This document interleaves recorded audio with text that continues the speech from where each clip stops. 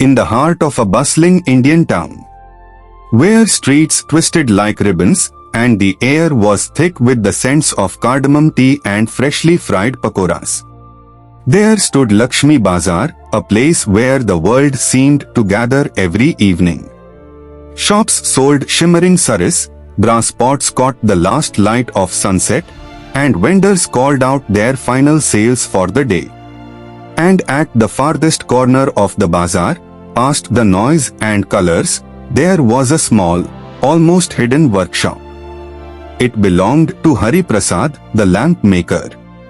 He was a thin, elderly man with silver hair tied back in a knot, and eyes that held both the sparkle of mischief and the weight of 1,000 untold stories.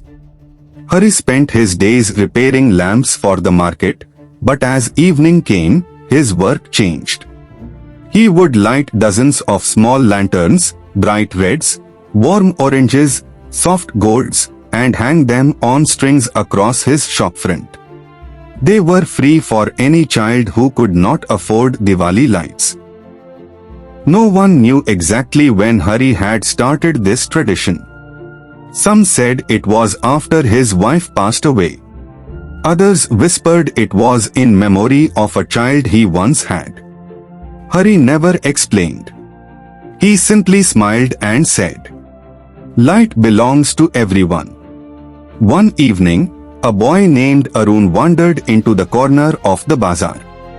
He was thin, wearing a shirt that had seen better days, and carried no money in his pockets.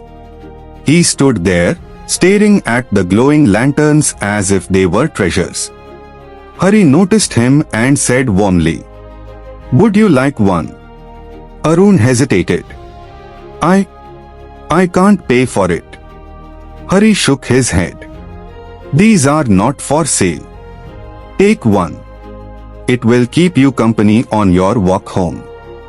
That night, Arun took a small yellow lantern. Its warm light followed him down the dusty road, and for the first time in weeks, he didn't feel completely invisible. The next evening, Arun returned. Not for another lantern, but to watch Hari work. He asked how the frames were bent, how the paper was cut, how the tiny oil wick was placed. Hari answered each question patiently. And then, as the nights went by, Arun began to help, holding paper steady, carrying finished lanterns to the door. One evening, as they sat outside, Arun finally asked, "Hari uncle, why do you give the lanterns away for free? Doesn't it cost you?" Hari looked out at the lanterns swaying gently in the breeze. "Years ago," he began slowly, "someone I loved dearly promised to come home for Diwali. I lit lanterns every year, hoping they would see the light and find their way back. They never did. But I realized, in waiting for them, I could still help others find their way." Arun listened silently. It was the first time he understood that sometimes people carry hopes that never come true, and yet, they still choose to create light for others. That Diwali, Hari and Arun lit more lanterns than ever before. Children ran through the streets with glowing orbs, their laughter echoing against the dark sky. And though the person Hari waited for never returned, he saw something else, a young boy whose eyes now shone with confidence and purpose. Years later, Arun became a teacher. Every Diwali, he would tell his students the story of the lamp maker who taught him that even in loss, you can choose to give.